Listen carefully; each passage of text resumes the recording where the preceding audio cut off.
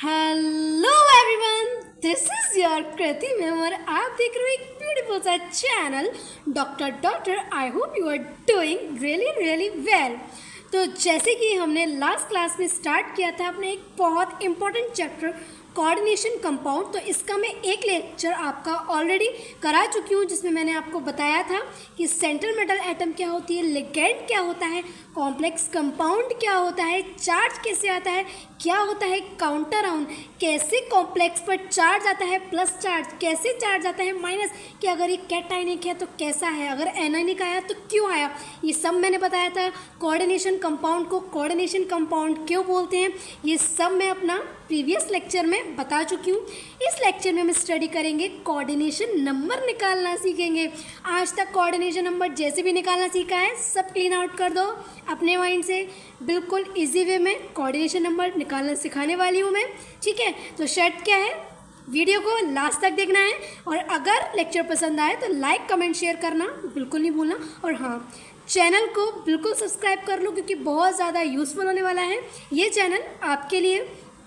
पूरी आपकी chemistry series start हो गई है, उसके लिए सॉरी कि अभी आपका थोड़ा डिले हो गया है, उसके लिए सॉरी, बट अब कंटिन्यू आएगा, डेली लेक्चर आएगा। तो आपको डेली बिल्कुल टाइम पर आना है, डेली आपको स्टडी करनी है, डेली आपको अपने नोट्स बनाने हैं। उसके बाद मान लो कल जो कुछ स्टूडेंट्स हैं जिन्होंने कल का लेक्चर देखा, ठीक है, अभी वाला लेक्चर देखेंगे तो पहले जो कल का लेक्चर देखा ये आप लेक्चर देख लो, प्रॉपर अपने नोट्स बना लो। कल जो आपने लेक्चर देखा था है ना, इसका प्रीवियस लेक्चर जो आपने देखा था उसको पहले रिवाइज करना है। आप टाइम बना लो कि 30 मिनट्स, आज का मैं बाद में पढ़ूंगी, पहले जो मैंने कल पढ़ा था उसको मतलब देखो कैसे ये लेक्चर देखा, नोट्स बनाए लेक्चर के साथ में। उसके बाद जब आपका स्टडी टाइम होगा, जब आप पढ़ोगे तो आप क्या करो 30 मिनट्स रिवाइज का रखो। मैं आज का बाद में पढ़ूंगा या बाद में पढ़ूंगी, पहले 30 मिनट्स मुझे वो रिवाइज करना है जो पहले मैम करा चुकी हैं, उसके बाद में आप 30 मिनट्स बाद जो आज पढ़ा है उसका रिवाइज करो। ये ट्रिक बहुत ज़्यादा यूज़फुल रहेगी आपको और बहुत मज़ा आएगा, आप कभी नहीं भूलोगे। पूरी केमिस्ट्री आपकी माइंड में ग्रिप होती चलेगी, बिल्कुल केमिस्ट्री बिल्कुल समझो आपकी फिंगर्स पे हो जाएगी अगर आप इस वे में पढ़ाई करोगे तो, ठीक है। तो बस शर्त क्या है, लेक्चर को लास्ट तक देखना है, गारंटी मैंने ले ली है।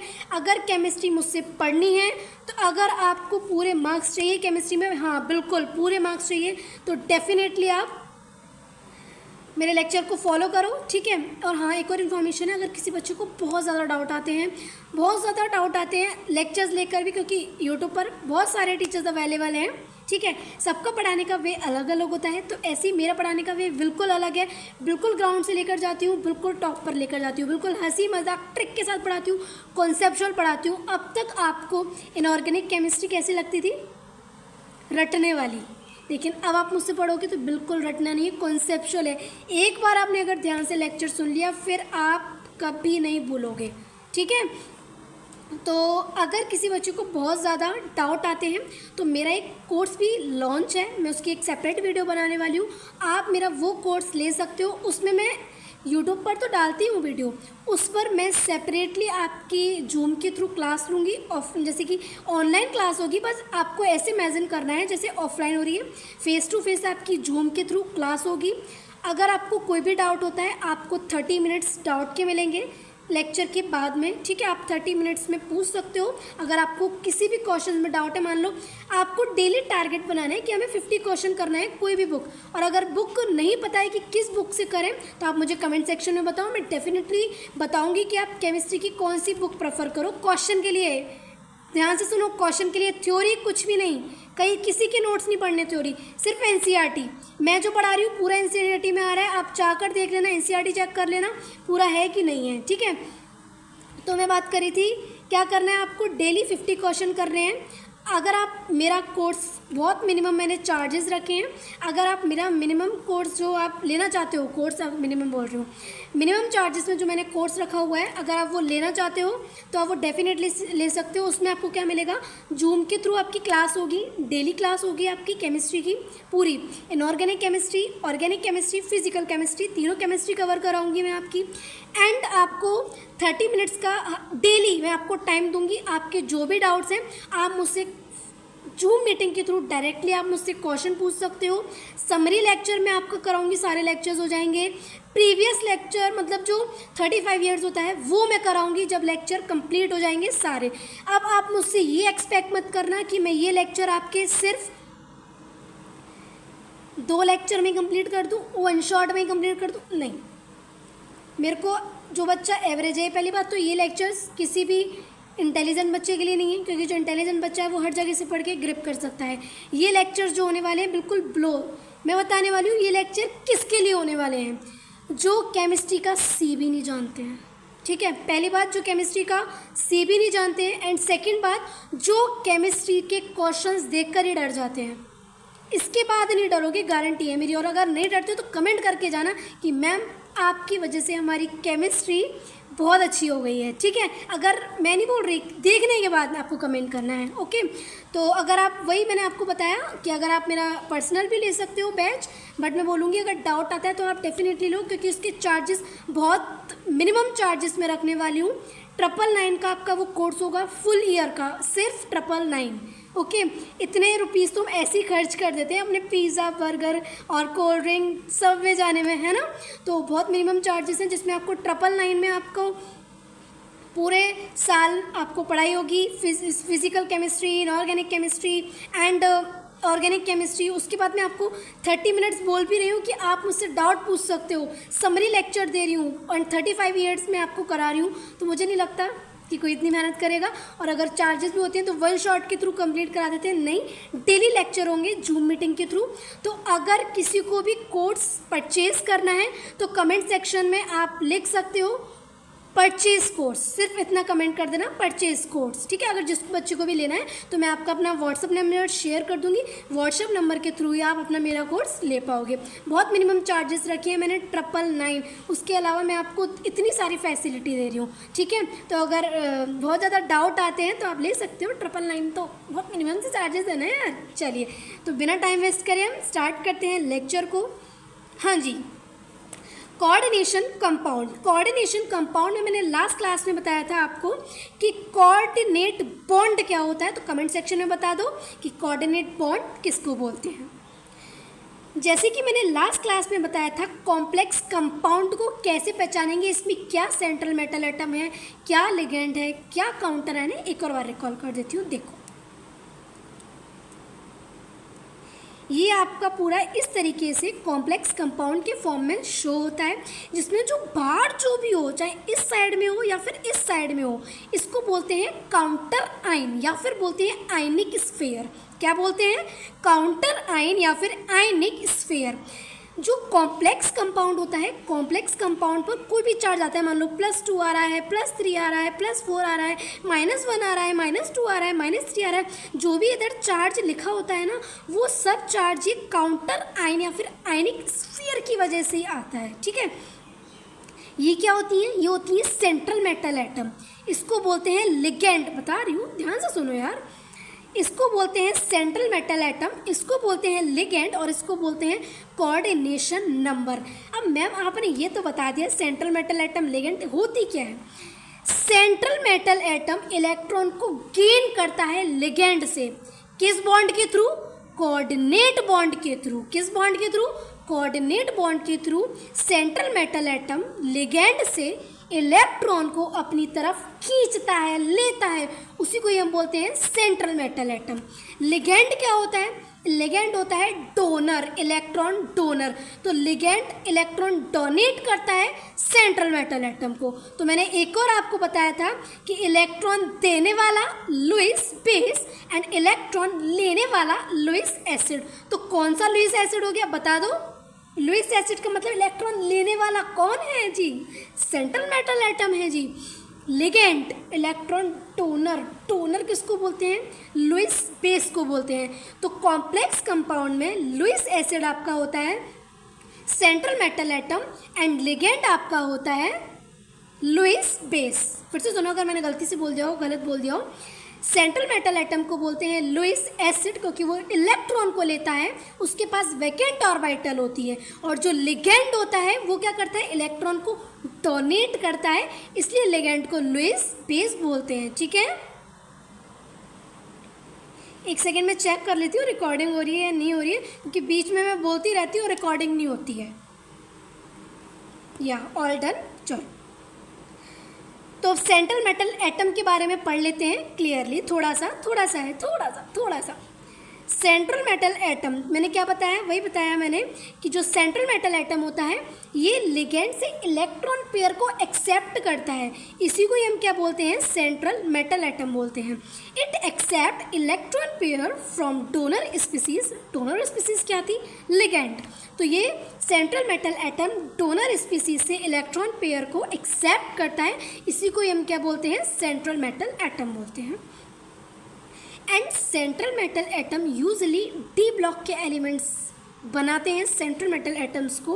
क्यों, usually d block elements are used as central metal atom due to, मैंने बताया था कि जो डी ब्लॉक के एलिमेंट्स होते हैं, डी ब्लॉक में पहली बात तो एम्प्टी डी ऑर्बिटल्स होती हैं और इनकी चार्ज डेंसिटी भी बहुत ज़्यादा होती है, इसकी वजह से डी ब्लॉक के एलिमेंट्स सेंट्रल मेटल एटम के फॉर्म में यूज़ होते हैं। ठीक है, अब बात करते हैं कोऑर्डिनेशन नंबर। कोऑर्डिनेशन नंबर क्या होता है, देखो ये मैंने आपको बताया, ये क्या था, ये आपका सेंट्रल मेटल एटम, ये आपका लिगेंड, ओके, ये आपका काउंटर आयन और इसको क्या बोलते हैं, कोऑर्डिनेशन स्फीयर, कोऑर्डिनेशन एंटिटी। जी जो सेंट्रल मेटल एटम होता है ना, ये सेंट्रल मेटल एटम लिगेंड से क्या लेगा, इलेक्ट्रॉन पेयर लेगा, लिगेंड से क्या लेगा, इलेक्ट्रॉन पेयर लेगा। तो इस सेंट्रल मेटल एटम के चारों तरफ जो आपको एक कोऑर्डिनेट बॉन्ड दिखाई दे रहे हैं, यही होते हैं कोऑर्डिनेशन नंबर। क्या होते हैं, कोऑर्डिनेशन नंबर। मतलब सेंट्रल मेटल एटम के चारों तरफ जितने कोऑर्डिनेशन बॉन्ड, जितना कोऑर्डिनेट बॉन्ड बना होगा वही उसका कोऑर्डिनेशन नंबर होगा। क्या बताया कि सेंट्रल मेटल एटम के चारों तरफ जितना भी कोऑर्डिनेट बॉन्ड बना होगा वो उसका क्या होगा, कोऑर्डिनेशन नंबर होगा। तो the number of coordinate bond around central metal atom is called as coordination number. The number of coordinate bond around the central metal atom is called as coordination number. मतलब इस central metal atom के चारों तरफ जितने भी coordinate bond आपको दिखाई दे रहे हैं वो सब क्या होंगे, जितने मान लो 5 कोऑर्डिनेशन बॉन्ड बन रहे हैं तो 5 कोऑर्डिनेशन नंबर हो गया, 6 कोऑर्डिनेशन नंबर बन रहे हैं मतलब 6 कोऑर्डिनेशन नंबर हो गया। इस 6 का मतलब क्या है, 6 डोनट साइड्स हैं। ठीक है, 6 डोनेट कर रहे हैं सेंट्रल मेटल एटम को कोऑर्डिनेट बॉन्ड के थ्रू। तो देखो ट्रिक बताऊं कोऑर्डिनेशन नंबर निकालने की, एक मिनट या कोऑर्डिनेशन नंबर निकालने की ट्रिक बताती हूँ। देखो इधर जो भी नंबर आए ना, अगर वो मोनोडेंटेड लिगेंड है, मैम कैसे पहचानेंगे यार मोनोडेंटेड लिगेंड क्या होता है, डाइडेंटेड लिगेंड क्या होता है, ट्राइडेंटेड लिगेंड क्या होता है, कोई बात नहीं पता है, अभी कोऑर्डिनेशन नंबर निकालना सीख लो। अगर डाइडेंटेड आएगा तो मैं बता दूंगी। इसके बाद नेक्स्ट लेक्चर जो होगा उसमें मैं सब बताने वाली हूँ, homoleptic complex, heteroleptic complex, cationic complex, anionic complex, bidentate ligand, tridentate ligand, hexadentate ligand, सब बताने वाली हूँ। तो धीरे धीरे चलेंगे, एक एक स्टेप चलेंगे। ठीक है, अगर मोनोडेंटेड लिगेंड है तो इसकी जो डेंटिसिटी है ना, मतलब ये समझो ये कोऑर्डिनेशन नंबर दिख रहा है आपको, यहाँ पर जितना नंबर आपको दिखाई दे वही उसका कोऑर्डिनेशन नंबर है। 6 दिखाई दे रहा है तो ये इसका क्या हो जाएगा, कोऑर्डिनेशन नंबर हो जाएगा। अब मान लो ये आ गया, मैम इधर तो 3 दिखाई दे रहा है लेकिन कोऑर्डिनेशन नंबर इसका 6 है। कैसे, जो EN होता है ये एक बाइडेंटेड लिगेंड होता है, या फिर बाइडेंटेड लिगेंड को डाइडेंटेड लिगेंड भी बोलते हैं। पहली बात तो EN को बोलते क्या है, EN को बोलते हैं इथाइलिन डायमीन या फिर इथेन 1,2 डायमीन। ये इसका स्ट्रक्चर है EN का। क्यों इसमें हमने 2 को ऐड करा, देखो यहाँ पर नाइट्रोजन की 2 डोनर साइट है, मतलब 2 नाइट्रोजन दे सकते हैं, 2 नाइट्रोजन देते हैं, इसलिए यहाँ पर 1 नाइट्रोजन डोनेट नहीं कर रहा है, यहाँ पर 2 नाइट्रोजन डोनेट कर रहा है। तो यहाँ पर टोटल कितने EN है, 3 EN है, और एक EN में कितने नाइट्रोजन डोनेट कर रहे हैं, 2 नाइट्रोजन। कैसे देख लो, एक EN में 2 नाइट्रोजन है, ठीक है, एक EN में 2 नाइट्रोजन है, एक EN में दो नाइट्रोजन है और दोनों नाइट्रोजन क्या कर रहे हैं, डोनेट कर रहे हैं। मान लो 3 EN आ गई, तो 3 EN में कितने नाइट्रोजन आ जाएंगे, 6 नाइट्रोजन। तो डोनर साइड कितनी हो जाएंगी, 6। तो क्या हो जाएगा, इसका कोऑर्डिनेशन नंबर 6 हो जाएगा। ये देखते हैं, इसमें ये मोनोडेंटेड लिगेंड है तो किसका कोऑर्डिनेशन नंबर 5 आ गया। ठीक है, आपको बता दूंगी मैं डाइडेंटेड कौन से हैं, बाइडेंटेड कौन से। अभी सिर्फ कोऑर्डिनेशन नंबर निकालना सीखो, सिंपल सा फंडा। जो भी नंबर यहाँ दिखाई दे वही उसका कोऑर्डिनेशन नंबर है। अगर मोनोडेंटेड लिगेंड है तो सेम वही कोऑर्डिनेशन नंबर है। अगर बाइडेंटेड लिगेंड है तो बाई मतलब 2 डोनर साइट है। अगर मान लो 3 दिए तो 3 का मल्टीप्लाई कर लो 2 से। अगर 6 मान लो हेक्साडेंटेड दे दिया तो 6 कोऑर्डिनेशन नंबर आ जाएगा। ठीक है, नेक्स्ट ही अपने आप करके देखो एक बार, फिर बताती हूँ। पानी पी लूँ, गर्मी बहुत हो रही है यार।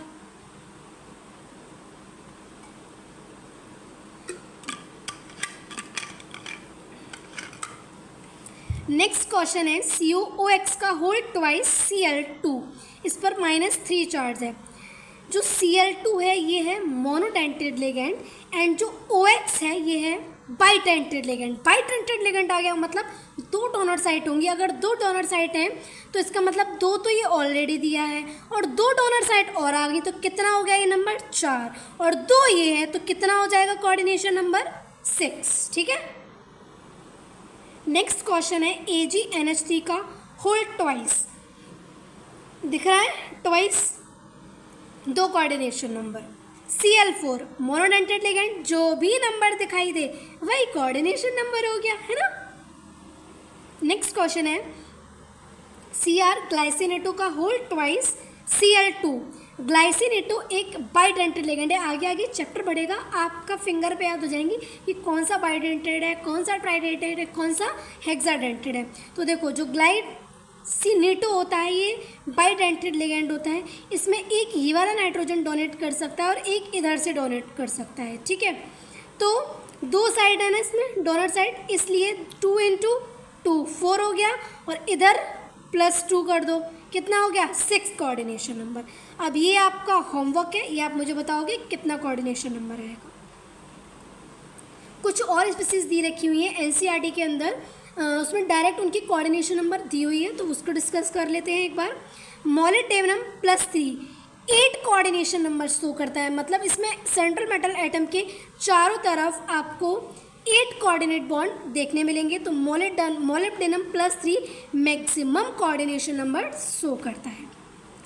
Fe+2, Fe+3, cobalt +3, chromium +3 6 coordination number show करता है, बट समटाइम्स ये 4 भी शो करता है। प्लेटिनम +4, लेकिन समटाइम्स ये प्लेटिनम +4 6 कोऑर्डिनेशन नंबर शो करता है। प्लेटिनम +2 4 कोऑर्डिनेशन नंबर शो करता है। कॉपर, सिल्वर, गोल्ड, इनकी फ्रेंड हैं आपस में, कॉपर, सिल्वर, गोल्ड। इनको कॉइनेज मेटल के नाम से जाना जाता है। कॉइनेज मेटल नाम से क्लियर हो रहा है, मतलब कॉइन बनाने में यूज़ हो रही है ना। तो कॉपर, सिल्वर, गोल्ड का जो कोऑर्डिनेशन नंबर है वो कितना है, 2 है। NCERT में दी हुई है, आप निकालना सीख जाओगे, अपने आप कॉम्प्लेक्स आ जाएगा, बता दोगे। मोनोडेंटेड है, नीचे जो भी दिया हो नंबर वो हो जाएगा।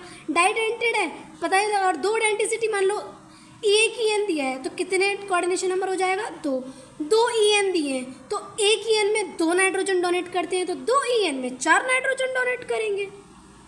एंड निकिल +2, कॉपर +2, जिंक +2 में 4 होती है, लेकिन समटाइम्स 6 कोऑर्डिनेशन नंबर शो करते हैं। अब बात कर लेते हैं ऑक्सीडेशन स्टेट की, कैसे निकालेंगे, कि बहुत बच्चों को डाउट आता है ऑक्सीडेशन स्टेट निकालने में। देखो, सेंट्रल मेटल एटम की ऑक्सीडेशन स्टेट निकालोगे, उसको मान लो X। इधर जो होता है वो प्लस में काउंट होता है और इधर जो होता है अगर माइनस में दिया है तो वो माइनस में काउंट होगा। वैसे इधर जो होगा वो प्लस में काउंट होता है और अगर इधर ब्रैकेट के बाहर इधर है तो वो माइनस में काउंट होता है। तो 4 + 1 इसको मान लो X और इसको क्या करो 6 - 1, CN की -1 होती है। अगर नहीं पता कोई बात नहीं, रिडॉक्स पढ़ेंगे उसमें समझ आ जाएगा। तो इसका कितना हो जाएगा ऑक्सीडेशन स्टेट, 2 हो जाएगा। नेक्स्ट देखो, NH3 न्यूट्रल है तो क्या 2 और कुछ करेंगे, नहीं, 2 × 0 करेंगे। तो X + 1 मिनट यार, गलत हो गया, देखो इसका निकालना है तो X + 2 × 0 = ये जो चार्ज है ये आ जाएगा +1। तो X कितना हो जाएगा, +1। अब इसका निकाल के देखो, कितना आएगा इसका, क्लोरीन पर 4 हो गया, कैसे निकालोगे, x प्लस 4 माइनस कितना होता है क्लोरीन का, माइनस होता है ना, कितना होता है बताओ, जल्दी बताओ किसका कितना होता है, क्लोरीन का -1 होता है, तो कैसे निकालोगे, x plus 4 minus 1 is equal to -2 तो इधर आ जाएगा 4, उधर है -2, जब ये इधर जाएगा तो प्लस का 4 आ जाएगा, तो x की वैल्यू आ जाएगी +2। ठीक है, तो इस लेक्चर में हमने कोऑर्डिनेशन नंबर निकालना सीखा, ऑक्सीडेशन स्टेट निकालना सीखा। आई होप आपके सारे डाउट क्लियर होंगे। तो मतलब क्या ट्रिक है कोऑर्डिनेशन नंबर की, जो भी नंबर देखे आपको नीचे वही उसका कोऑर्डिनेशन नंबर है। ठीक है, तो अगर लेक्चर पसंद आया है तो लाइक कमेंट शेयर कर देना, एंड किसी को अगर कोई भी डाउट आ रहा है तो कमेंट सेक्शन के अंदर बता दिया करो। और हाँ, अगर किसी को मेरा जो बैच है उसको परचेज़ करना है तो कमेंट सेक्शन में ड्रॉप कर दो कमेंट परचेज बैच, मैं आपको व्हाट्सएप नंबर के थ्रू कनेक्ट कर लूँगी। ठीक है, तो कीप वर्किंग, कीप हसलिंग, जय हिंद।